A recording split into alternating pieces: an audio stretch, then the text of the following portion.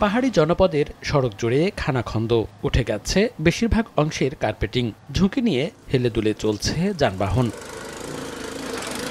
দীর্ঘদিন সংস্কারের অভাবে বেহাল দশা রাঙামাটি পৌরসভার বেশিরভাগ সড়কের। চলাচল অনুপযোগী এসব সড়কে এখন ভোগান্তি এলাকাবাসীর, প্রায়ই ঘটছে ছোট বড় দুর্ঘটনা। পৌরবাসী বলছেন, বারবার কর্তৃপক্ষের কাছে সড়ক সংস্কারের আবেদন করেও কোনো সমাধান মেলেনি।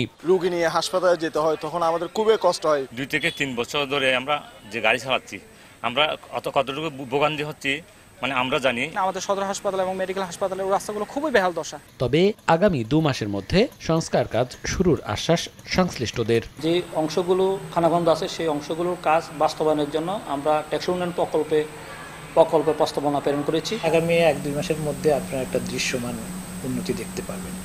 এখন যে আমাদের সম্মানিত জনসাধারণের যে ভোগান্তি, আমরা আশা করি এটা আর থাকবে না। রাঙামাটি পৌরসভায় মোট 68 কিলোমিটার সড়ক রয়েছে, যার মধ্যে 10 কিলোমিটার অংশ কার্পেটিং করা।